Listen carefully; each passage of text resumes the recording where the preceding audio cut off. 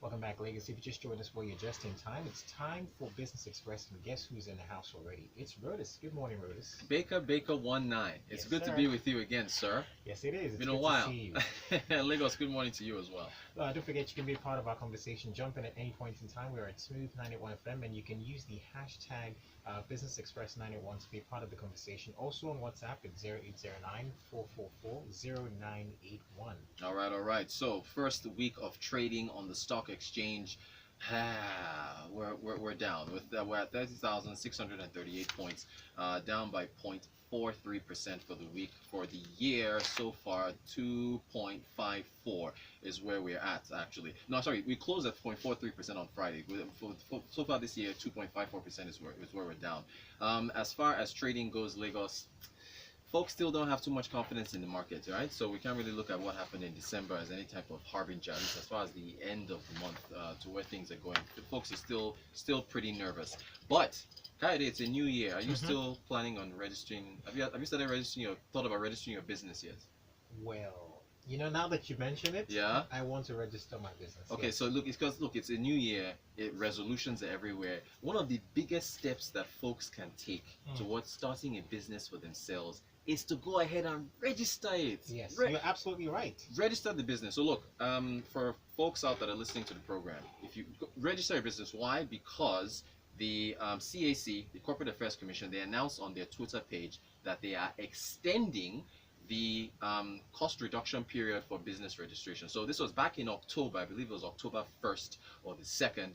The Vice President, Professor Sibanjo, he was in Enugu for the, what was it now, the 19th edition of the Micro, Small and Medium Enterprise Clinic. It was in Enugu, and I believe he made the announcement that this reduction was going to take place. So normally it's 10,000 Naira, but it's been reduced to 5,000.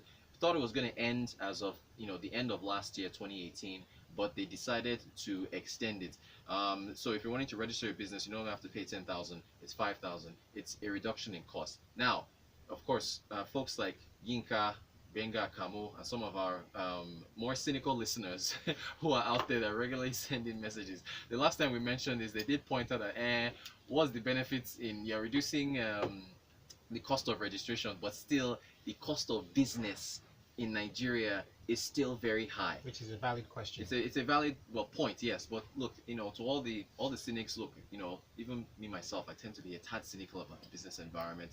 Still, it's a 50% reduction. Okay, so you don't have to include a 10,000 cost in registering your business. So again, for 2019, for those of you who are thinking about registering your business, take advantage. They've extended it to March the 31st of this year, so you still got some more time. Anyone that's interested in following the CAC on Twitter, they're at CAC Nigeria 1. So it's CAC Nigeria 1, the Corporate Affairs Commission. Once again, register your business. You're only going to pay 5,000 as opposed to 10,000. What else is happening in the markets? Access Bank.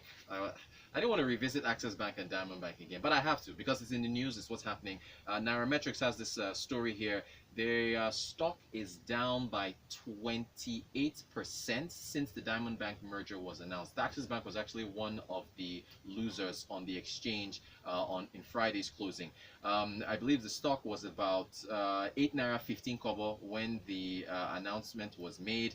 I think at that time it was up by almost 10%. It's now at 5 Naira 80 kobo. Now the thing is, I think normally with mergers and acquisitions, the target company that's acquired, their share price increases, which as we've all seen has been happening with Diamond Bank. I think it hit a low of 66 kobo. It's risen to almost 2 Naira now, I believe. And the stock price for the acquirer, the person who is acquiring the company, or the company rather, that's doing the acquisition, their stock price drops because folks are concerned about the amount of money that the company has to pay in order to acquire the new company, whether that's going to use up their cash reserves, how much debt they have to raise, and so on. And it's kind of putting Axis Bank in a little bit of a pickle, because if I remember correctly, the offer was, I believe it was a 2 for 7. If you were a shareholder with Diamond, for every 7 shares you owned, you get 2 Access Bank shares. With the stock price dropping, they might have to issue more shares because it's based on the value of their shares that they're using, to issue more in order to try and, as far as the rights issue is concerned, raise money for the company. This now also puts their ability to pay a dividend into question. So I think these are the kind of factors that are flowing in and out with regards to access. Well, speaking of which, though, I saw their new. I think it's a new. I haven't been to Lucky Phase 1 in a while because I haven't had money to spend there. But I was there. I was there yesterday. Went somewhere, and they got a shiny new branch. And it's, I can't remember the name of the street. It's where Bay Lounge. Yeah, Access Bank. Yeah, it's where Bay Lounge is located. But so it's a new one. Again, these new branches. We've mentioned this on the show in the past. Opening a new branch costs money. It costs a lot of money. The whole model of banking in Nigeria, it has to change, because when you're opening a new branch, the cost of land, first of all, the maintaining the building, power, generators, so many things, banks have to now consider being more nimble. But the thing is, though, on the other side, there's financial inclusion. Yes, you want to be able to reach out to more people in rural areas, and people are more, at least where we are here, you want to see a brick and mortar building. People want to feel the physical stuff. Yes, I still talk to, although again, it differs between generations though, but older Nigerians tend to want to physically go into a bank. I don't know how anybody can enjoy going through that process. Standing in line, those metal doors, they never ever work. This is all banks, so I'm not pointing out access on that one. All banks, that metal door thing, when you go in with your phone, you have to. So and anyway, have to come out, pass your phone to the security guy, and he gives you your phone to go inside. Look, it's expensive. Banking in Nigeria is expensive. Banks have to be more nimble and consider how they can, and this is where you have to be innovative. Yeah, you have to think of how you can reach more customers without having to build a new branch and have to take on that expense. So still, we're going to see how things go with Access and with Diamond. We'll see how things turn out there. Moving to aviation, I have taken such an interest in aviation. I'm thinking on Business Express, we're probably going to have as much more aviation news as we can handle. Oh, I see we have messages. Yes, we do have we do have messages. So we need the messages. What are people saying out there? Says the CAC has to extend in perpetuality for business registration at this time when businesses are closing left, right, and center. That's Benga Kamu. Okay, so I trust Benga. Benga will not, yes.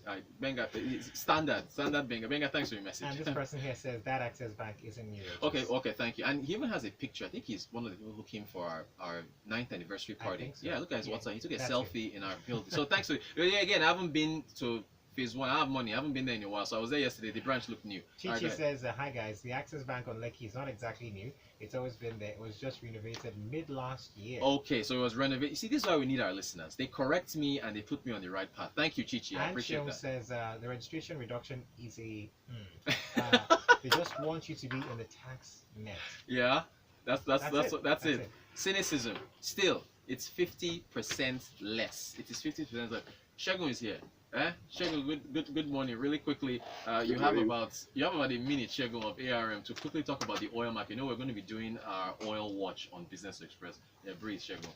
Breathe. Shagun, oil has increased to $56 or 57. Yeah. Yeah, so we've seen an increase in the last few days. Okay. But what we're still looking at is the entire oil market going into the rest of the year. Okay. So what we're saying is we've seen supply cut by OPEC.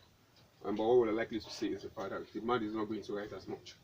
So if you look across the OECD, we are looking at lower demand coming from that end. But with the impact of the supply cardio this morning, Shagun. Yeah, sorry. The stairs. Our stairs are good for exercise. So with the supply cut we're seeing from OPEC, so what we're saying is that both cases we're likely to see crude oil prices settle at 60 for the rest of the year. Okay, wait, Shagun, if crude oil is settling at $60 for the rest of the year, what about the budget? Because the excess is what's supposed to go into the excess crude account if it's trading at 65, 60. So does $60 per barrel help us? Yeah, so to an extent, okay, we are working budget around 60. Well, I think what the FD is trying to do is to avoid that issue of port and back with the House of Assembly. Right, we on the budget benchmark. So that's why I think that's why they adopted that level.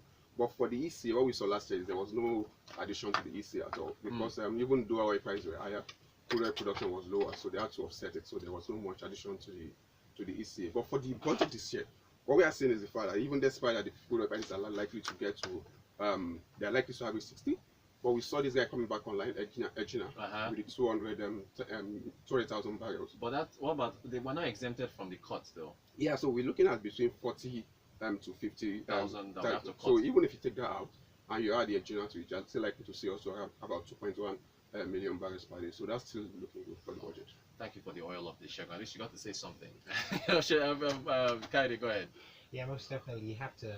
Okay, yes, indeed. Okay, so Rainmaker and his long messages. Okay, I'll promise to read all these messages tomorrow because we are out of time. Rainmaker sends us dissertations, but I'm seeing more cynicism with this business registration thing. And you folks, I need you guys to be more positive. But I'll read this message. I promise to read this message. Also, Akwa Ibom floating their airline. I wanted to get into this today, but Shegun just came in and gave us an update on oil. So I promise to let's get into that tomorrow. We'll continue the business registration discussion, and also Akwa Ibom out of nowhere floating their own airline. So Shegun of ARM, thank you for joining us. I appreciate it.